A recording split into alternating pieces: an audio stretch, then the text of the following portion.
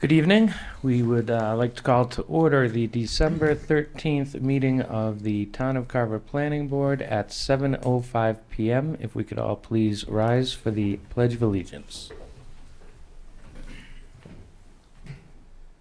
I pledge allegiance to the flag of the United States of America and to the republic for which it stands, one nation, under God, indivisible, with liberty and justice for all.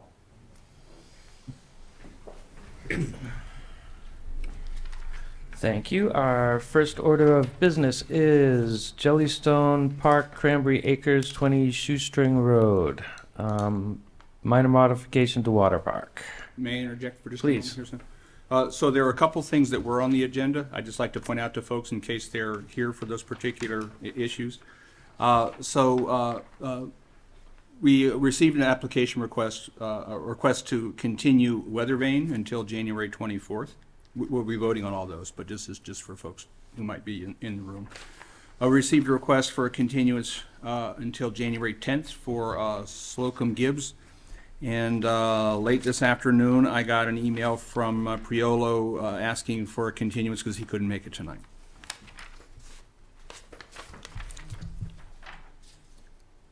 That's what I got. All right. All right. So we've had some discussion in regards to the requirement of a special permit and a public hearing in regards to rendering over 10,000 square feet of the water park. And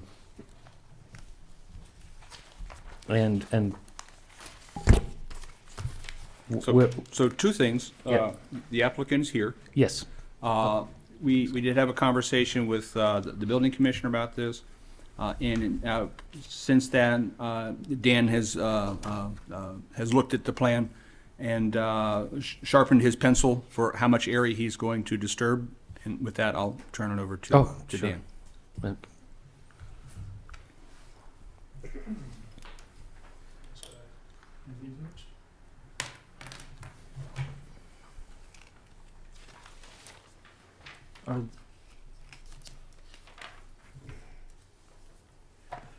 Is this a new set of plans? Is it, It is, it's the set that was, so is this adjusted net increase?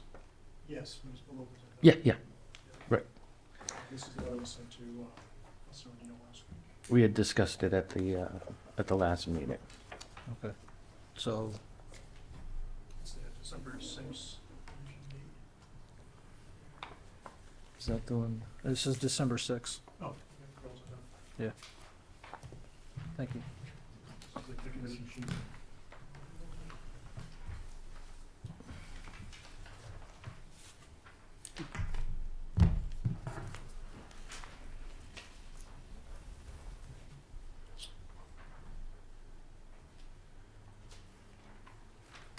Well, it was specific to the water park. Correct. Yes.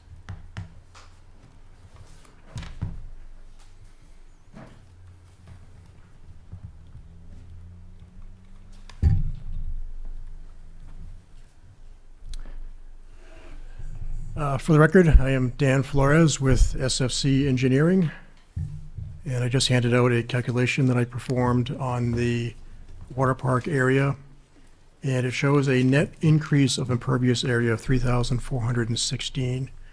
The number I had given previously was conservative. I had neglected to look at the campsites themselves, which each had about 1,250 square feet each. And these numbers reflect what's in the drainage report that was reviewed by Fuss and O'Neill. So really, it's the campsites that made the difference. And just to reiterate, there's 25 sites in that area today. All but 7 are removed to be replaced with the pool area.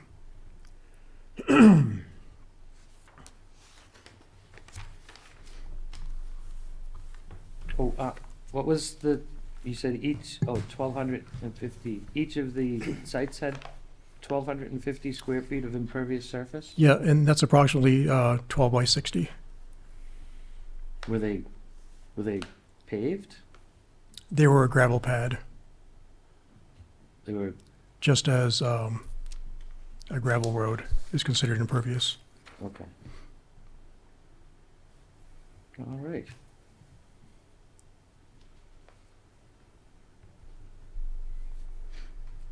So the existing is what is there prior to you guys disturbing anything? Correct, what had existed prior to this project starting.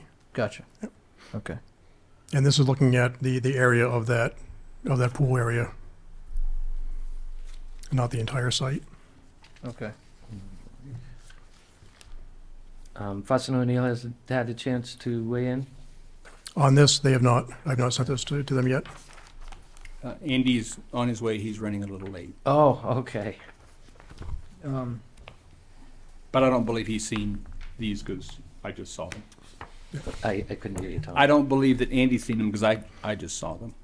Okay, all right. Okay, so that's what we're looking at for is what we're looking at as far as the existing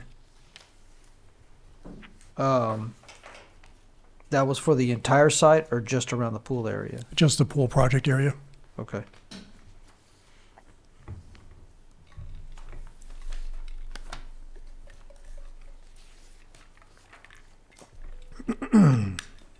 And really what it comes down to is the gravel roads lose a little bit, and then there's a trade from Yeah. sites to concrete deck.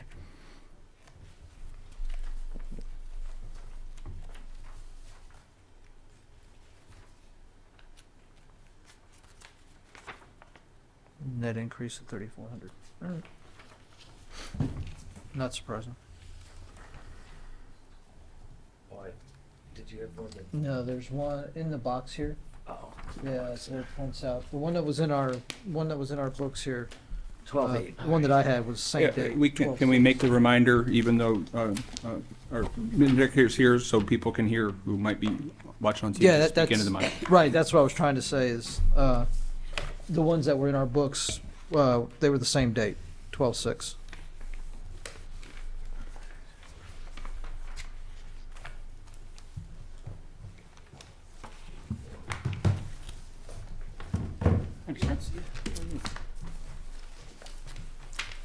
Good evening, Mr. Glides.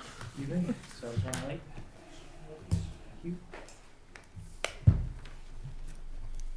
Yeah, 12/6.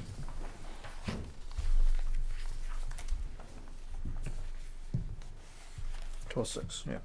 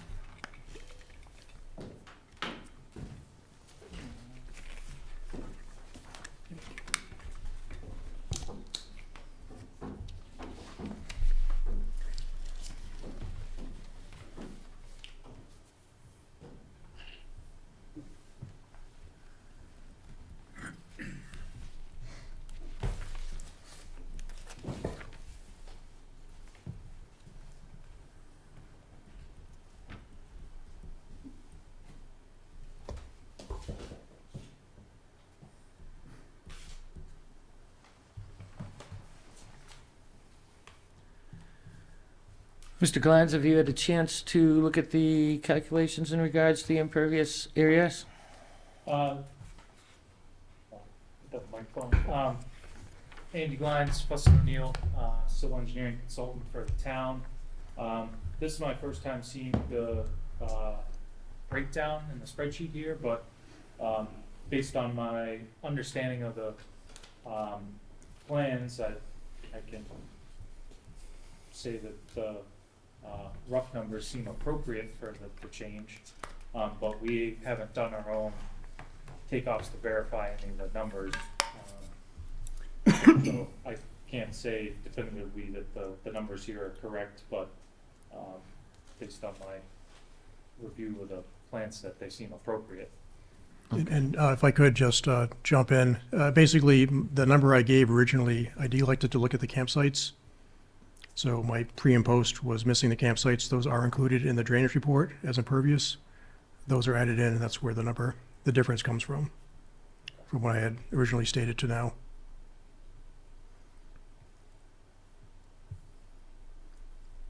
Follow-up question? So, in the ballpark, you're, not to put words in your mouth, Andy, because you didn't say ballpark, but approximate.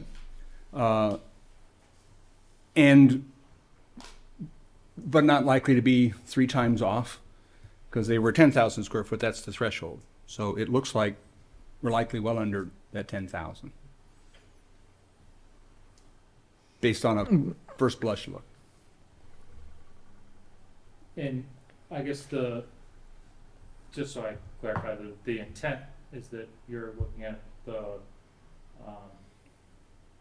net increase just at the pool area, including the 7 campsites.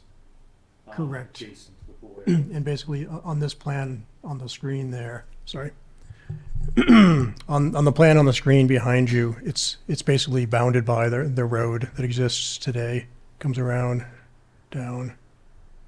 So I use that as my project area to get a good pre and post number. And the pre and post number is specific to that area. Correct. Yep.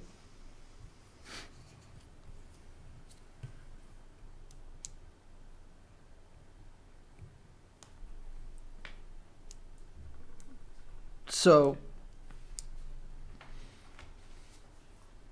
not being included in the inside discussion, what exactly are we being asked to review here? Well, the requirements for a special permit for rendering 10,000 square feet of impervious surface, and the net calculations from what's being removed as impervious surface and then what's being replaced in the project area up there, the pool area, the wetland, the water park area. I believe how Dan's putting it is, because they're removing so many campsites with impervious surfaces, they're going from 25 down to 7. They're removing some of the gravel roads. The paved roads hasn't increased. The buildings are roughly the same. So it works out to a net increase of roughly 3,500 square feet. Okay. But it's still 76,847 square feet. Yeah, but there's existing impervious area of 73.5. Okay, but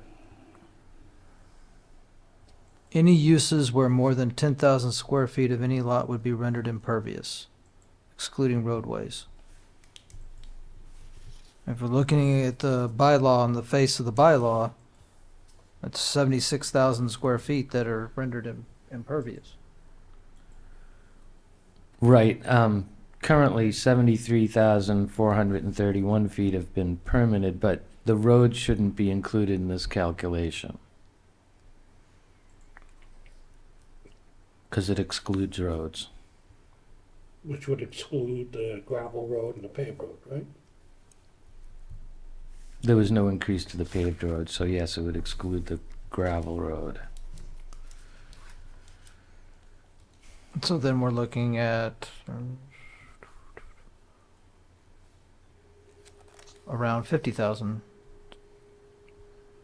Well, I was, I square was, feet, I 52,000. didn't do the calculations, but I was looking at, 6,400 plus 3,400.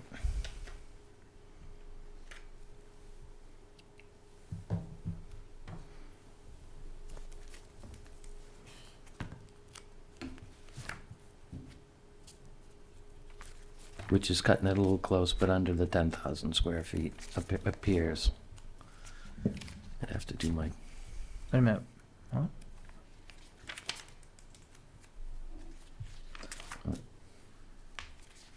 unless I'm So adding that wrong. what we're trying to decide on whether or not to do a, Is there, special- right? whether a special permit is required or not If- is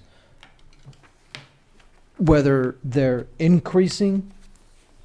Because, like I said, I don't get that from the bylaw.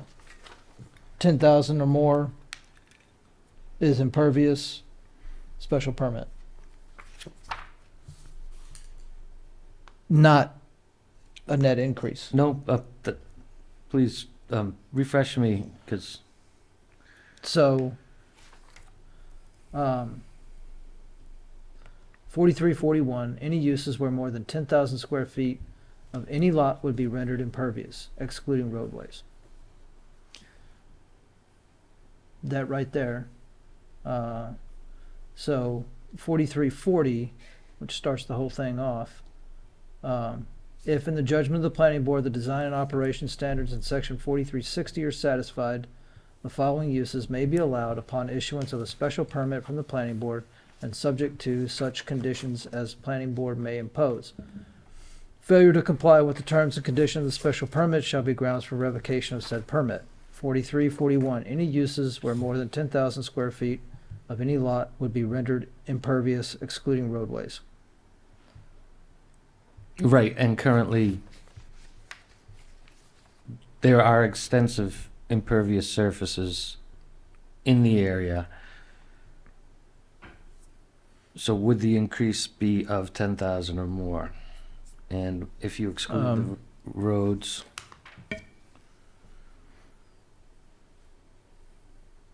Okay, but that goes back to my point, is it doesn't say anything about an increase. It just says that 10,000 or more. right, but what's existing is currently permitted. That's, Right. so, according to this, and I can't do the math in my head this quickly, but currently there's 73,500 square feet of impervious surface allowed. So the site already has a special permit.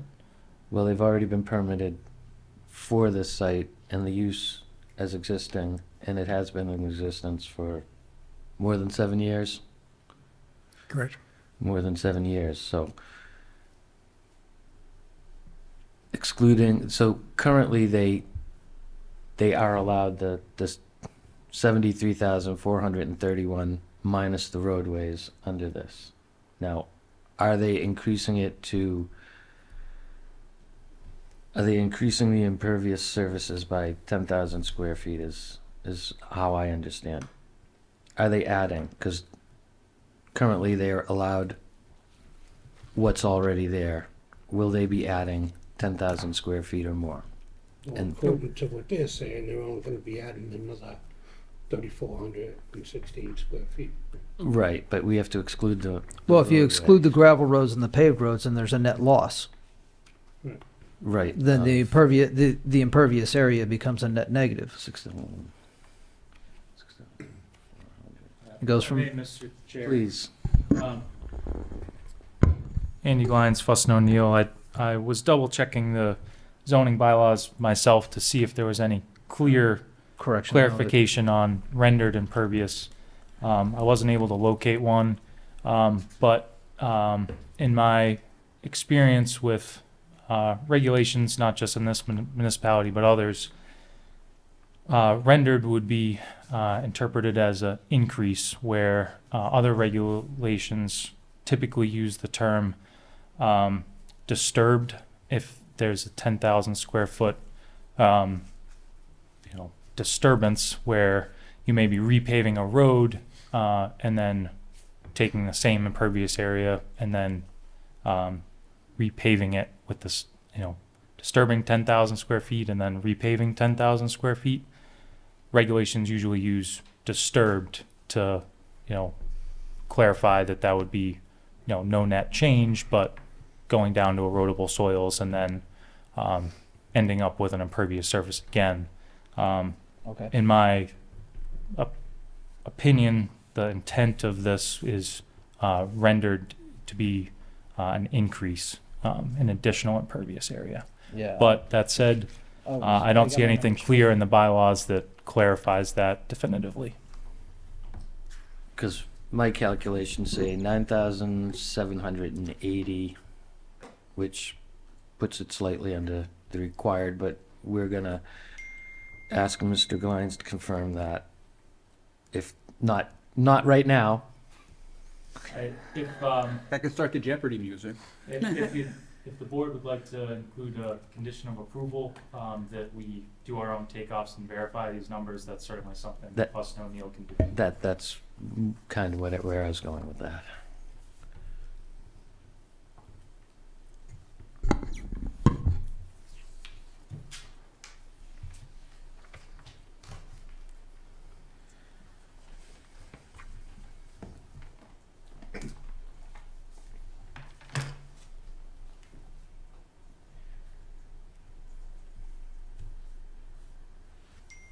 Yeah, you take out the gravel and paved. Comes out to just over 10,000. I got 6,434. But, I mean, there- 6,406. So on the gravel roads where you say where it's existing and proposed, you are you tearing up those gravel roads and reestablishing in a new route through there, or? No, so basically right now, my apologies, the computer's off. Today in that area, there are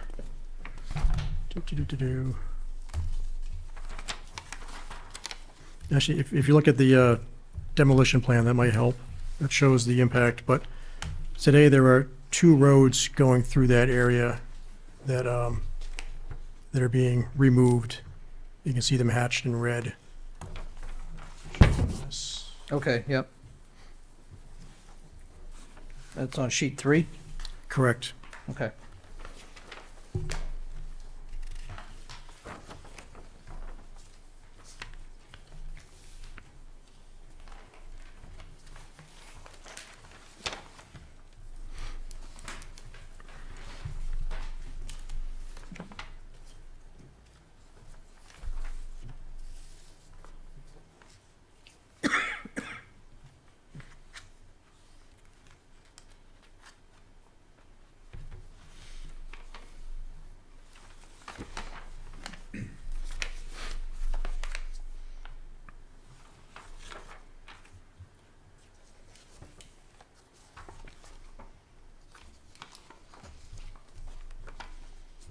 Oh.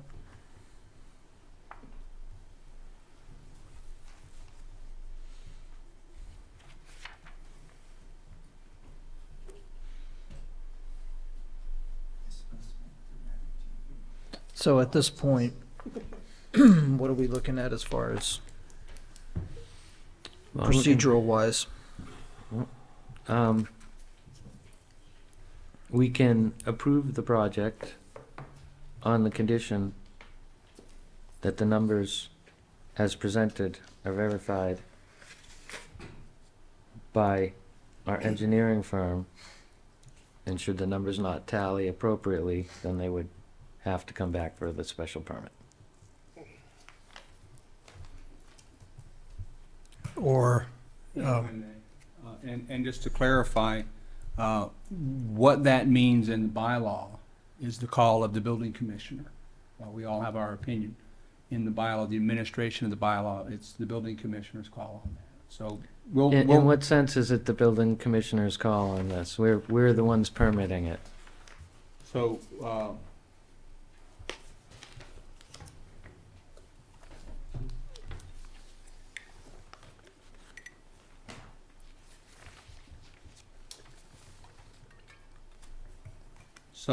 in an email that I think is in your packets, this bylaw should be administered by the building commissioner pursuant to the state building code. The building commissioner requires such plans and specifications that may be necessary to determine compliance with all pertinent laws of the Commonwealth. Building structures and signs may not be erected, substantially altered, moved, or changed in use, and land may not be substantially altered or changed in a principal use without written certification by the building inspector that such actions are in compliance with the then applicable zoning, and that all necessary permits have been received under federal, state, and local law. The issuance of a building permit or certificate of use of occupancy where required under the Commonwealth's building code may serve as such certification. So the building inspector shall institute and take any and all such actions that may be necessary to enforce full compliance with any and all the provisions of this bylaw, and a permits and variances issued thereafter, including notifications of non-compliance and requests for legal action to the selectmen to town council. So when there's a question about what does that mean, that's the building commissioner's call to say, I read that thing and here's what I think that thing means. Well, our bylaws require that if you are going to render 10,000 square feet or more of impervious surface on a lot, that it requires a special permit and public hearing, and that hasn't been done. So it can't qualify for having met all the requirements in regards to that. He can't have received all the permits necessary if he hasn't the permit that is required under the bylaws. And that's the bottom line. I think we should move to continue this.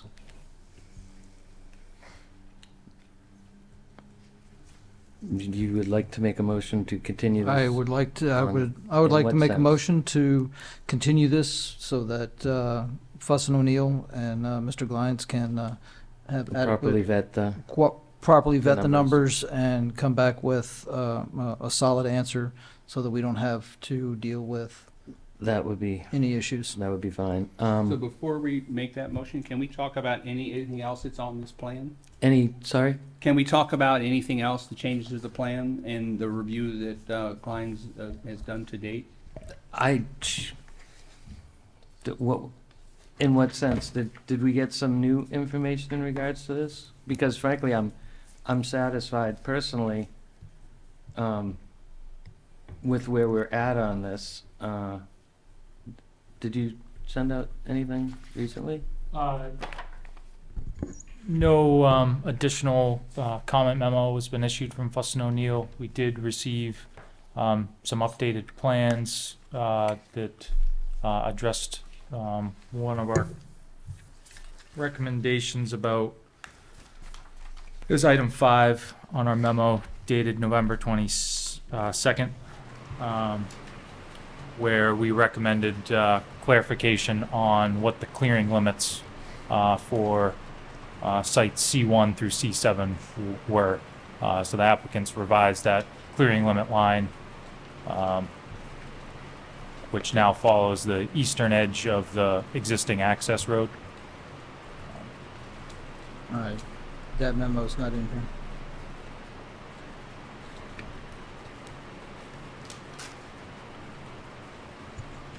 And if I may, we also, per Andy's memorandum, he asked me to check with the building commissioner on any concerns the building commissioner may have regarding the placement of the building, regards to the dangers from fire, as well as any concerns with emergency access. The building commissioner confirmed that he has no issues or concerns with either of those two issues that were in an earlier review letter from Andy. So I know we had discussed fencing and a few of the other things in regard, I'm sorry, I know we had discussed fencing and the riprap. So those revisions were previously addressed before we issued our November 22nd memo. So our November 22nd memo was confirming that the fencing and then the energy dissipation were really the main comments in our previous comment letter were addressed. We had basically the recommendations to the town planner to make sure that would be able to have the findings under section 2330, which Mr. Bott just went through. So I was copied on that correspondence. Multiple And- principal structures? Sorry, multiple principal structures, 2330? Correct. And there was one waiver that was requested, and we recommended approval of that waiver, which was for the mechanical building with the window coverage. Based on the other architectural features that are proposed, we recommend approval of that waiver. Okay, yep. Right, and it's not visible from a public way, so. Right. If I may, Please. I just wanted to make sure while we're all here that we've buttoned up as many things as we can. Mm-hmm. We do have a meeting scheduled for December 20th next week. So we opt to continue that. Let's continue to the 20th and button it up at that point if we can. And Andy,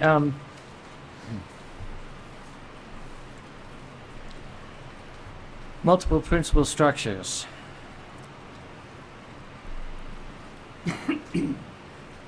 Now,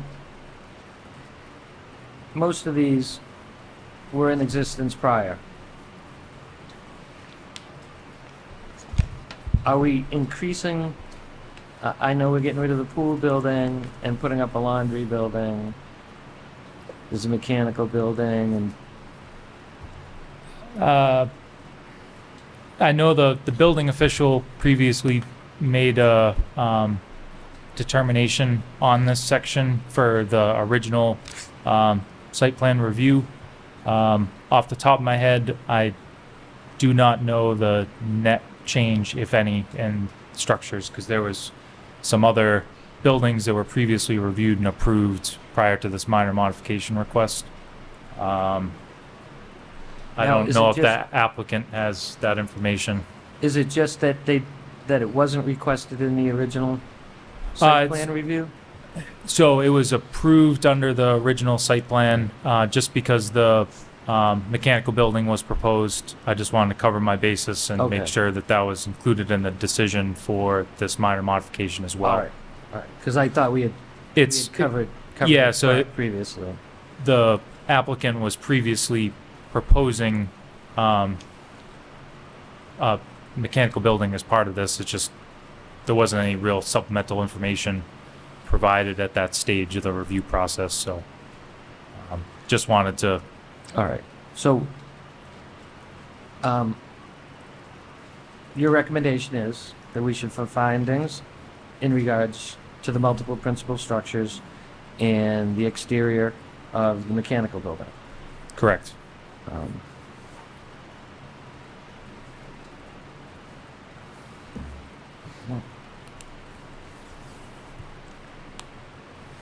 My question now, Mr. Rod, is multiple principal structures on a lot.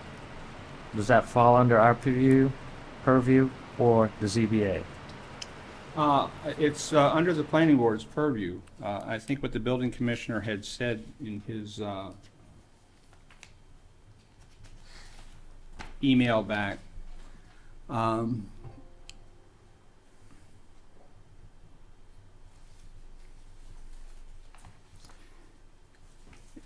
he said specifically, it doesn't require a special permit,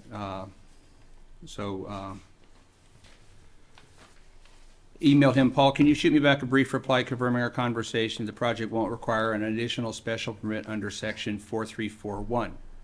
His reply back was, Tom, section 4341 is a use that would require a special permit. That use is already included in the special permit the planning board approved for the entire project. So Paul Boucher has taken the look at if the planning board approved a special permit for this use and approved this site plan, that those multiple buildings and things have been included in that. It doesn't say specifically, he was talking to 4341, but his take has been, you issued a special permit for the project, and you approved a site plan for the project. And his take was, he didn't see any other special permits would be required.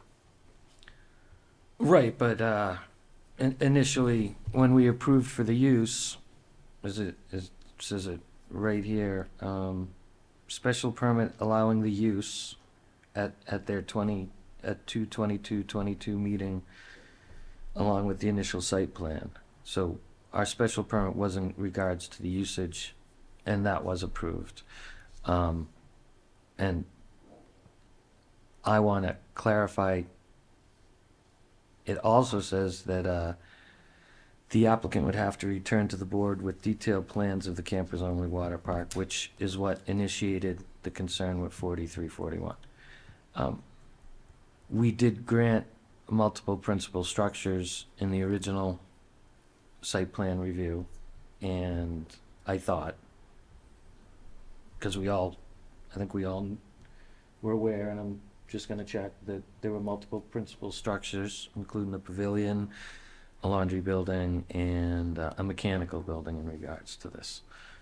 But again, we were left in the dark in regards to the details of the water park. But I see to Mr. Gatsky's point that, all right, so you're requesting that we affirm that specifically in our findings. Essentially, I was deferring to the town planner and the building official on whether or not language needed to be reiterated in the minor mod decision. Okay. So, Your recommendation on the language would be? I guess it would be the same language that was used in the previous special permit and site plan approval regarding section 2330. Basically, the reason I included that comment is at the time that the board previously approved the site plan review and special permit for the entire lot or property, we didn't know exactly where that mechanical building was going to be located. So that's Okay, why I so, thought it was yes. important to, again, review with the building official to make sure that that specific building location that was proposed meets the requirements of 2330.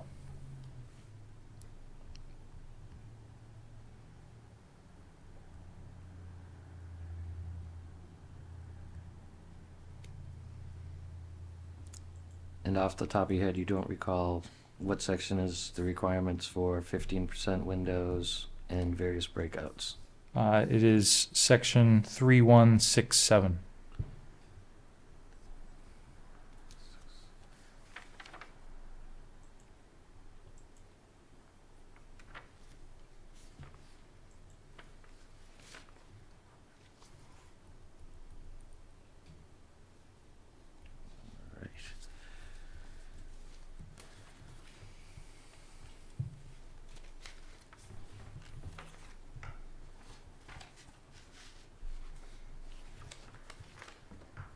Right.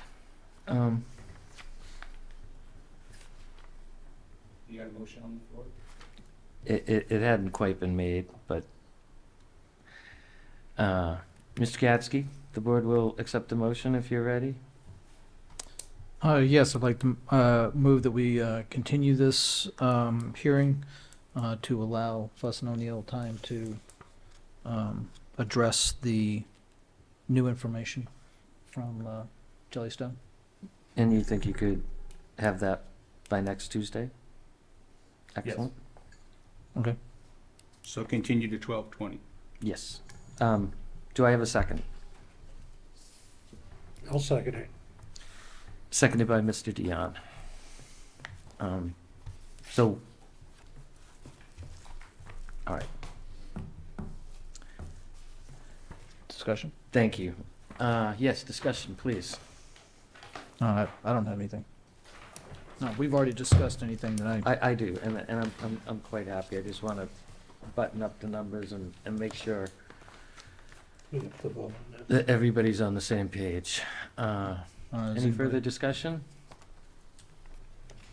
Seeing none, Mr. Dion. Mr. Dion says aye. John Gasky says aye. Kevin Robinson says aye. Ellen Sodillo says aye. Mr. Shea says aye. Just gonna say thank you. No, thank you. Merry Christmas. I'm sorry that we're having to deal with this at this particular time. It's actually, I think, a vast improvement with what you've proposed so far. Thank you. So I'm happy. Can you send me the CAD file and say plan? I'll expedite that. All right, our next order of business is a public hearing. Priolo Concrete Forms, Inc., requesting a special permit pursuant to sections 5300 and 4341 of the Carver zoning bylaw, 0 Forest Street in Carver, Mass. Assessors map 49, lot 62-7-R for the construction of a 7,400 square foot building and associated driveway, parking areas, and utilities. The proposed use is a craftsman tradesman building. There will be 28,237 square feet of impervious area in the general business zoning district. It is my understanding, excuse me, that that the applicant has requested an extension, a continuation till next Tuesday, December 20th Correct. at 7 PM. The board will accept a motion to approve that request. So moved. Motion made by Mr. Gatsky, I'll second it. seconded by Mr. Dion. Any discussion? Seeing none, Mr. Dion says aye. John Gasky says aye. Kevin Robinson says aye. Ellen Sodillo says aye. and Mr. Shea says aye. Our next order of business is a public hearing on the application of weather vane at Patriot Pines, requesting a special permit and site plan review to sections 2230, 3100, 3900, 4300, and 5300 of the Carver zoning bylaw, and a definitive subdivision plan pursuant to the Carver subdivision control bylaw for property located at 0 South Meadow Road in Carver, Mass. Assessors map 112, lots 1-5E, respectively, 5I, 5J, 5K, 5L, 5M, 5M again, 5P, 5Q, 5R, and 3-88A, and map 107, lot 1-4A. The applicant seeks to append 9 plus or minus acres of adjoining land to the property and modify the subdivision boundaries in compliance with MGL Chapter 41, Sections 81W, II, increase the unit count from 54 units to 66 units, III, alter the building configuration to create zoning compliant triplexes, and IV, adjust the roadway layout and lot configurations to accommodate alterations to Phase 2 and 3 of the project in the residential agricultural zoning district. The applicant has requested continuance until January 24th, 2023. The chair will accept a motion to continue the public hearing of weather vane at Patriots Pines to January 24th, 2023 at 7 PM. I'll make said motion. Motion made by Mr. Dion, I'll second. seconded by Ms. Sordillo. Any discussion? Seeing none, Mr. Dion, Mr. Dion says aye. John Gasky says aye. Kevin Robinson says aye. Ellen Sodillo says aye. Mr. Shea says aye. Our next public hearing is on the application of Slocum Gibbs Cranberry Company requesting a definitive subdivision Gibbs Street subdivision. Approval pursuant to the Carver subdivision control bylaw for property located off Wareham Street on Assessor's Map 127, Lot 33, and Map 128, Lots 1, 2, 3, 6-1, and 15 in Carver, Mass. In a residential agricultural district. Proposed work includes construction of a plus or minus 400 linear foot roadway and cul-de-sac, stormwater management system, and off-grading to support a 3-lot conventional subdivision. Each proposed single-family dwelling lot will have its own private well and septic system. The applicant has requested a continuance until January 10th, 2023. The board will accept the motion to continue the application of Slocum Gibbs Cranberry Company requesting a definitive subdivision approval to the date of January 10th, 2023 at 7 p.m. So moved. I'm sorry. Go ahead. Is that the site walk I didn't go on? Was I on that? Did you do a site walk? We did a site walk. And that, I wasn't there. You weren't there, Okay. so. So moved. Motion made by Mr. Gatsky. Do I have a second?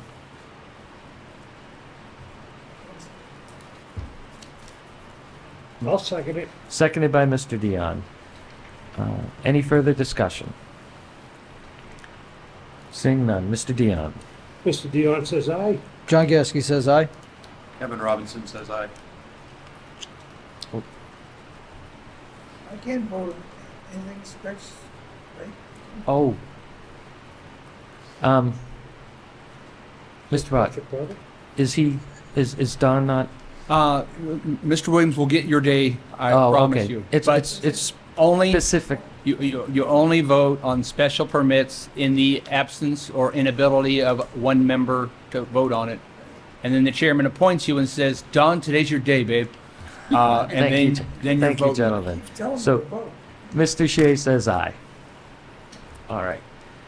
Our next order of business is on the application of AD Makepeace Company, Wankinko, requesting a definitive subdivision approval pursuant to the Carver, public hearing on the application of AD Makepeace Company, Wankinko, requesting a definitive subdivision approval pursuant to the Carver subdivision control bylaw for property located on 0 and 46 Federal Road on Assessor's Map 131, lots 2-4 and 4-3 in Carver, Mass.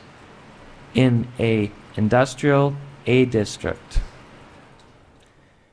AD Makepeace has requested to withdraw their application for Wankinko without prejudice. Do I hear a motion? I'll make said motion More specific. on the withdrawal of their application for Wayne Kinko To of approve? prejudice. To approve? Sorry, to approve? To approve it. A motion to approve the withdrawal of the AD Makepeace Company Wankinko definitive subdivision approval made by Mr. Robinson. Do I have a second? Second. Second by Mr. Gatsky. Any discussion?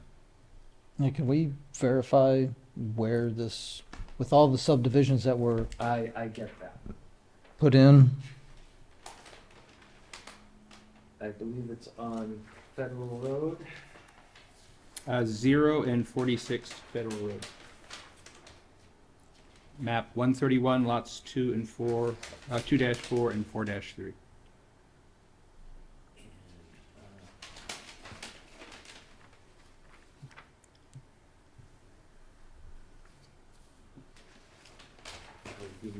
Okay, so this is the one that they were doing the subdivision, like half of it was in the industrial area and the other half was in residential agriculture.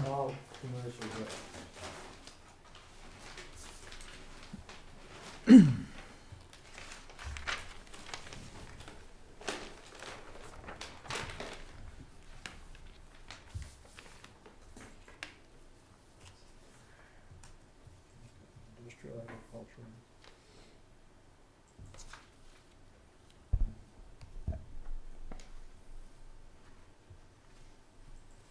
Do you wanna look at it, Rich?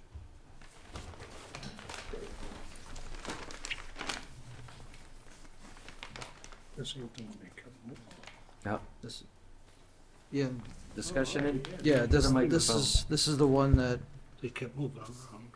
no, the, it has the factory, one of the processing plants was right here. Yeah. And there was a lot of wetlands, real close to the, See, all right. Yeah, that's what you're talking about, the wetland, cranberry box. well, they had the bogs, but there was wetlands. I think if you look deeper into the plans, the wetland delineations are Pretty real much close. right on this. real close to, yeah.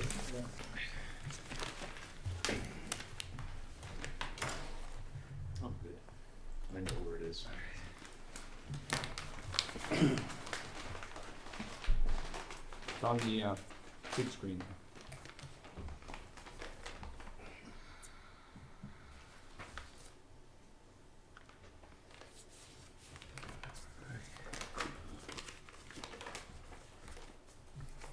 So that is specifically lot 2-4.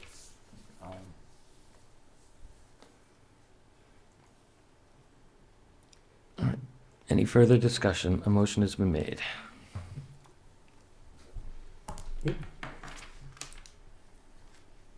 Mr. Dion? Mr. Dion says aye. John Gasky says aye. Kevin Robinson says aye. You are still eligible for this, Ms. Sodillo. Okay, then I will say Ellen Sodillo says aye. And Mr. Shea says aye. All right.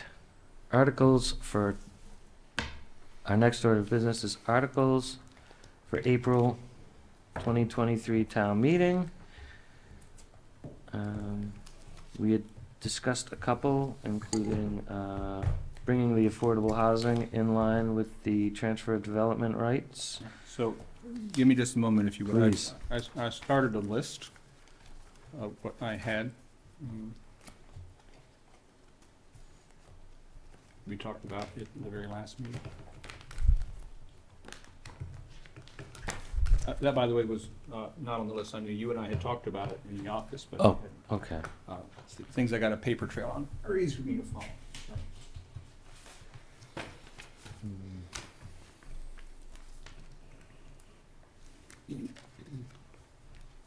So that was, pen in hand, to amend TDR? No, to bring the affordable housing requirements of 10% across, up to in line with the transfer of development requirements of 20%.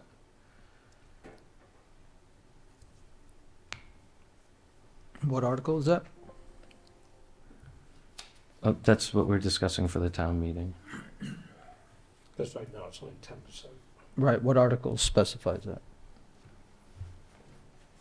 Transfer of development bylaws call for 20%.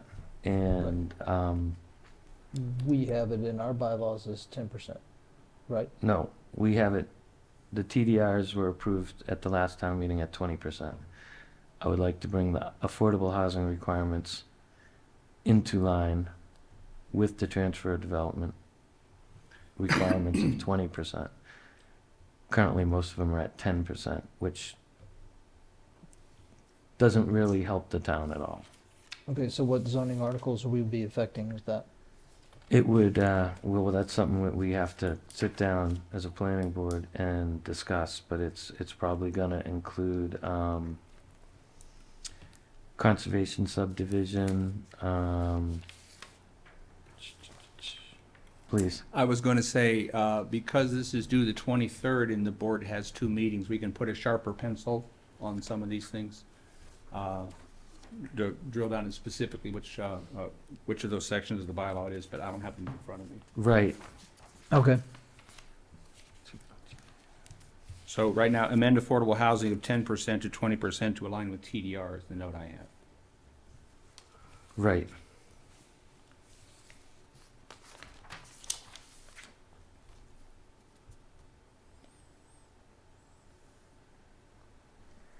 Alrighty, so may I go through the list I've put together? Please. Make sure we didn't miss anything. So as we just talked about in this room at 5:30 with the Solar Battery Moratorium Committee, to amend the Carver zoning bylaw, section 3580, large-scale ground-mounted solar installations, and to see if the town would vote to amend Carver zoning bylaw, section 3580, large-scale ground-mounted solar PV installations, to reflect the work of the Solar Battery Storage Moratorium Committee as shown in a document entitled Proposed Changes to 3580 Large-Scale Ground-Mounted Solar Installations Proposed by the Solar Battery Storage Moratorium Committee.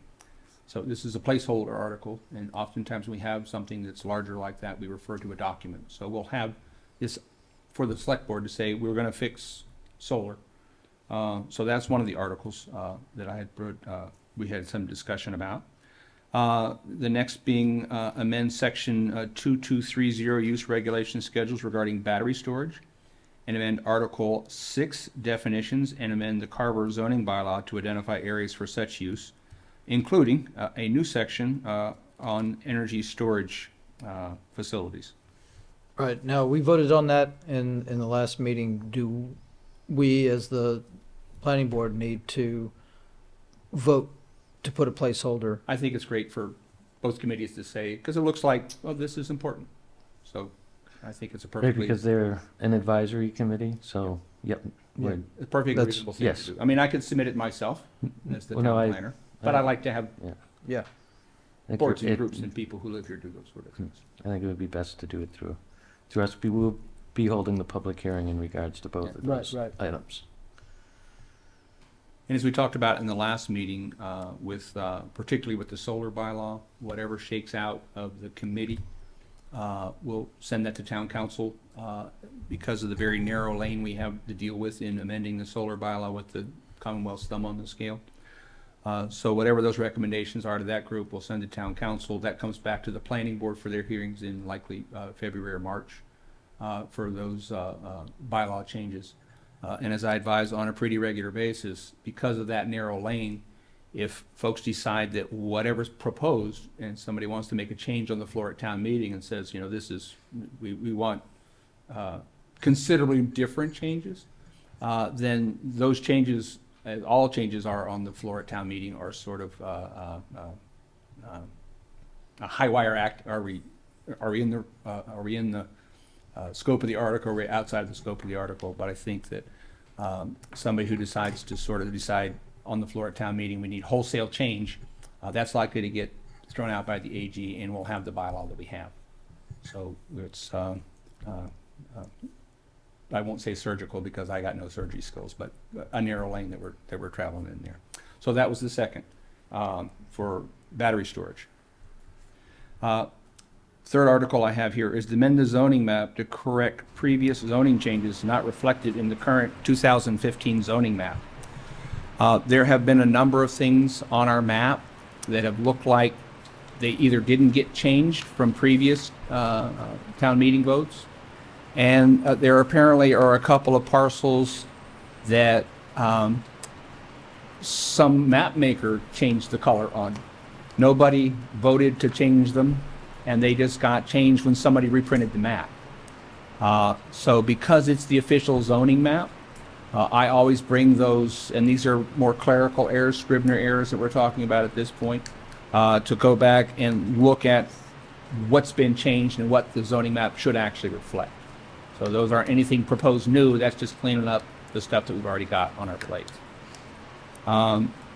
Next article, accept the Mullen Rule, because as you know, we presently don't have the Mullen Rule. That will allow a member to miss a meeting, review the record, certified to the town clerk that they're familiar with the record, and can vote on a project if they miss one meeting on that particular project. So that's what the Mullen Rule is. I think we had a pretty good consensus that the board would like to do that. We talked about scenic roads a while back and discovered while we had a bylaw for scenic roads, it never got voted. So that was one of the things I had on my list to adopt scenic roads. There are a number, well, at least one, probably two moratorium in the bylaw for marijuana, for wind turbines. I don't have the full list for me, but a moratorium is zoning. So you vote a moratoria, it goes to town meeting, it gets added to the zoning bylaw, and it stays there forever. So we only have a moratorium that expired in 2015. It's moot. It doesn't do anything. So let's go to town meeting and vote to take these things out of our bylaw and just get rid of stuff that doesn't need to be in there and save a half a page of text. So I'll get you a complete list of what those are. One of the things that I had talked about with Connie is about amending the lapse of time for site plans. So currently, site plan approval expires within a year, shall lapse after 1 year. For special permits, those will lapse within 24 months. My suggestion was to make the site plan the same as special permit, because they typically go hand in hand. So when I have somebody coming in and say, well, I got another year on my special permit, but I'm running out of time on my site plan. And so just make both of those consistent. The Commonwealth allows 3 years. So 2 years is average. The board could go bigger if they wanted, but most of the bylaws I've seen have a 2-year provision there, just to make them consistent so we don't have 2 permits for the same project on 2 different time travel paths.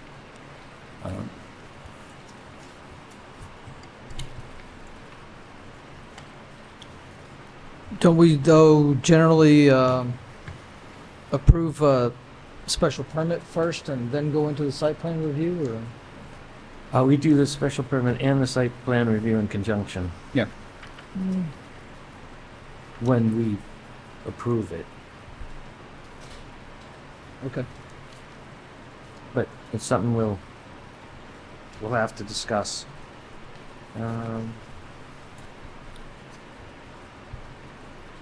Affordable housing. We also talked about increasing the stipend for the planning board. Correct, that's on my list next. Okay. A request to raise the stipend for planning board members, as the chair had mentioned. And That's not zoning, but it, I'm not sure if it has to go. well, let's launch the flare and figure it out. Right. These are placeholders. And I'm not sure where the planning board falls in regards to the hiring of town planners. But I think the planning board should have the ability to interview and make recommendations in regards to the hiring of town planners and building inspectors as our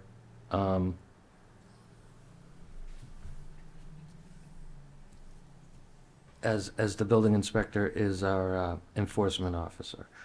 Is there something I said?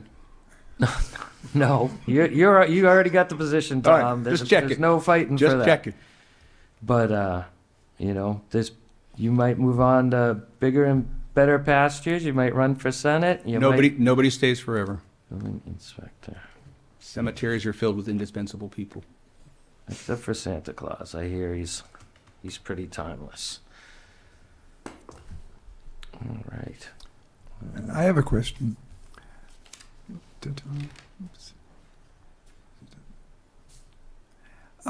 What if an article is brought to town meeting about zoning, say to rescind zoning bylaws that were passed last year? Will that come before us? Yes. Any change to the zoning bylaws, Positive or negative? It Yep. to add to. or remove? it is required by state law that the planning board holds a hearing on and changes the zoning bylaws. So the Okay. process has started now with people initiating bylaws to send them to the select board by the 23rd. Those get referred back to the planning board, and then the planning board has a responsibility to hold their hearings within 65 days of that transmittal from the select board. So everybody sends their stuff to the select board looks at it, they vote them up, they send them back to us, and we open a hearing within 65 days of that referral from the select board. But because that's probably not initiated by the planning board, then we don't have to have a placeholder. That's left to the select board to establish a placeholder for that. Right, but it will come through us. There will be a public It'll be hearing. presented to us for our support. Um, We'll Well, the vote public on hearing- it, we'll vote on it as a, Whether to recommend we or, recommend or not. In a public hearing? Yep. Is In a this a public- public hearing? Yes. So that would be the first time that the public can speak up to this before it goes to town meeting. yes, and influence the recommendations of the planning board. Now, if it's a citizen's petition, we are not allowed to alter the language in that. So the public hearing in regards to a citizen's petition is specifically related I'm to, not sure who's sponsoring it. right, I don't either. That's all. But the planning board does make a recommendation on citizen petition articles as well. Yes, but we don't change, can't change, prohibited from changing the Uh, language. As we saw in our hearing last year, there was a petition article and there was a tweak of a couple of words. And the applicant, the petitioner who was at the hearing, said that was fine with them, and so that change was made. But it's sort of rare that petition articles get changed. Right. So that's what I have on my list. And we will love to take an official vote on that at our next meeting. I'll put it in a little better format than what it's in right now, so the board will have all those in front of them. We can go Will through. the stipend include the associate? I think we'll have to discuss that, but you are doing as much work as everybody else, and I feel you should, the stipend is meant to cover the expenses. It's not meant. As I as a said before, paycheck. 13 years driving back and forth to Rochester for zero, so. the school Right. committee- So, and plus, there are certain requirements that the planning board is pretty much required to have a phone, computer, and So transportation, is the school committee. plus their time. All right, so anything else from any of the board members regarding potential amendments for town meeting? If nothing comes to mind, you can shoot me an email in the interim, and we'll have them lined up for the meeting on the 20th. Yes. But imperative that on the 20th, and I have the agenda here in front of me, that we make that vote to transmit those to the select board by the 23rd. Planning director notes? I always want to talk about our procedural manual, but it always seems as though things don't quite get to that level, particularly with my schedule here over the last month. So we do want to drill down and look at some of those things we talked about in the procedures. So we have sort of a playbook for how we go about doing things. I don't have anything tonight to discuss about that. I do have one announcement.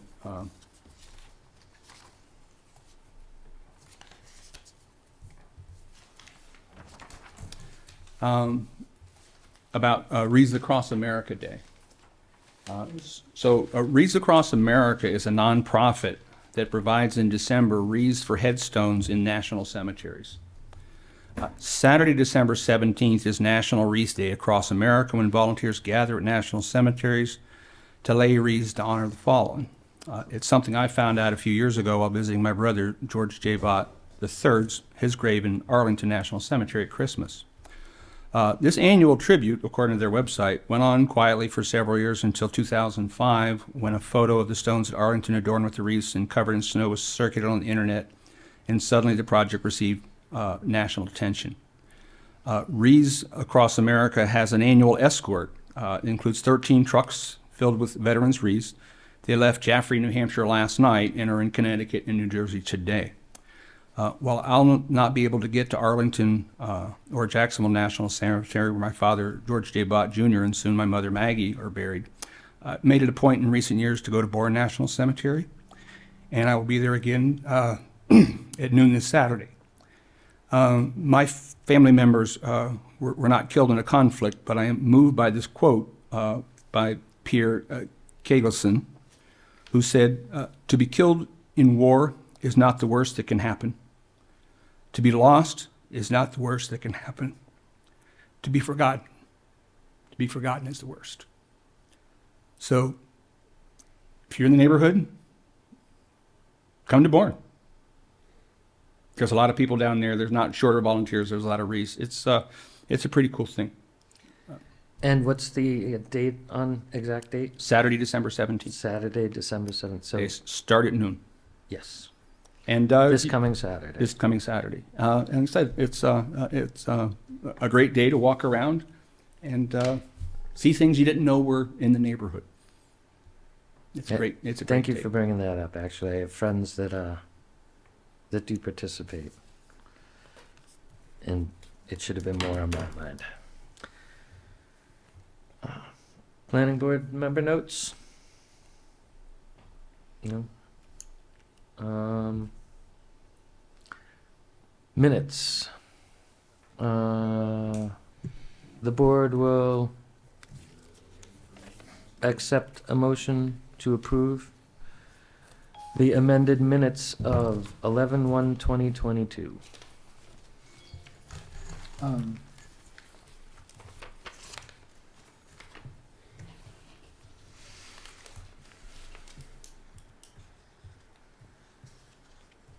Do I hear a motion? I'll make said motion. Motion made by Ms. Sardillo. Do I have a second? I'll second it.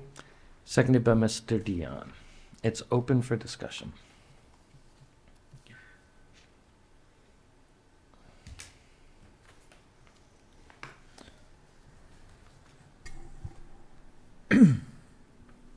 So I was, sorry, I was looking at this last night and I, under 3, paragraph 1,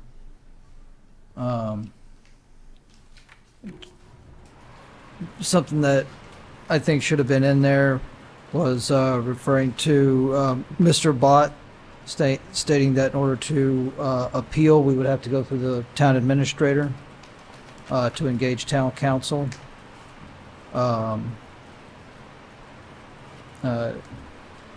Mr. Shea stating that we don't have all the documents for the case, and me stating that I wanted to see all the documents for the case. And where was?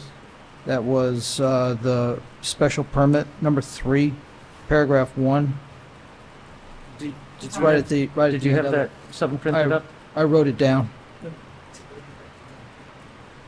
I didn't get. I was looking at it last night and reviewed some stuff. I didn't get it into Michelle today. I was working.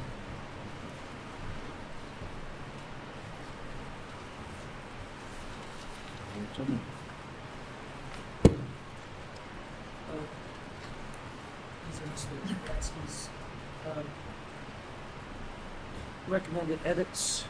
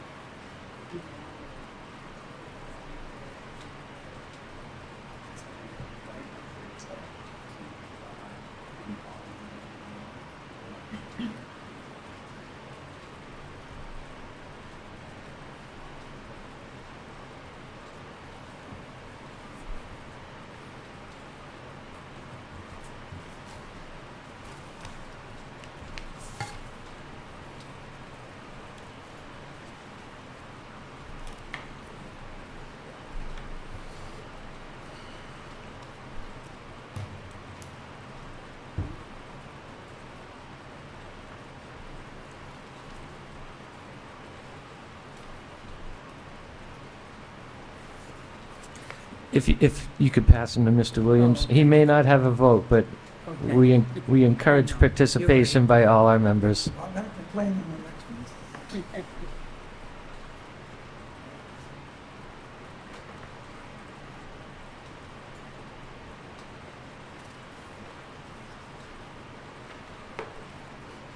That's in the book.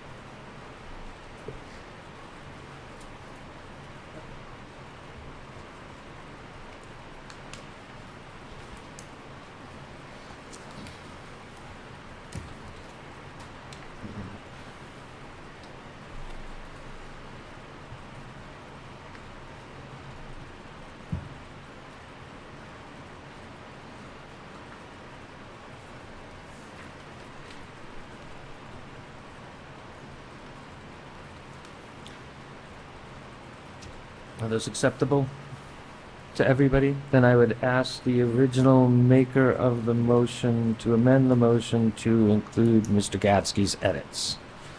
To include, Huh? to include. To include it. I didn't hear what you said, I'm sorry. No, we're gonna have to do something about that air handler, but, then I would ask the maker of the motion to amend the motion to include Mr. Gatsky's edits. I believe you made the motion. Okay, so, Would you care to amend the motion to include Mr. Gatsky's edits? I will make the motion to accept the amended motions from Mr. Gasky. Okay. And you seconded? I'll second it. Will you amend your motion I will similarly? amend my motion. All right. So it's Okay. open for discussion? Seeing none. Mr. Dion says aye. John Gasky says aye. Kevin Robinson says aye. Ellen Sotelo says aye. And Mr. Shea says aye. Although I don't think we need to do that, but I'm not sure, so. Next order of business is To make sure that that gets turned in. to approve the amended minutes of 11/15/2022. Those are the executive session minutes? No. Oh, Yes, no. Nope. We can't no, do that in open session. Correct. right, Um, 11:22. the board will accept the motion to approve the amended minutes for 11/22/2022.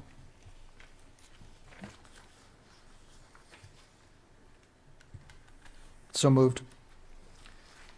Motion made by Mr. Gatsky.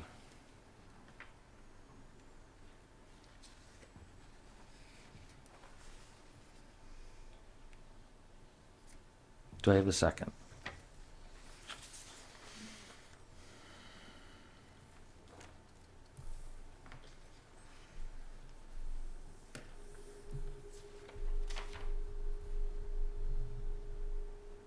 Do I have a second? I'll second it. Seconded by Mr. Dion. Okay, I have corrections.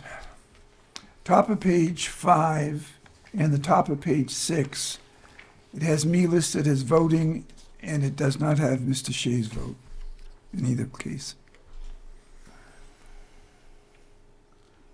It has Mr. Shea, Yes, very. I took a roll call vote, and you were, and Don Williams should be edited to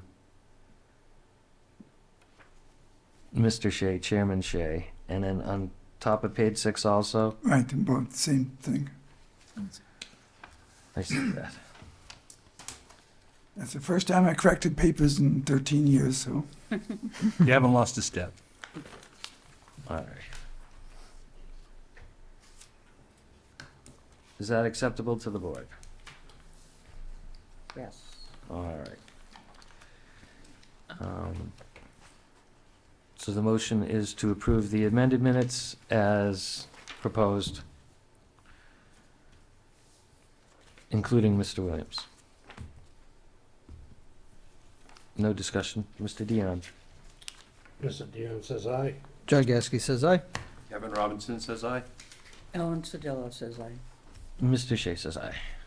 At this point, the planning board will be making a motion to enter into executive session under GLC 30A, Section 21A 3, to discuss strategy with respect to litigation known as Bridgestone Development, Inc.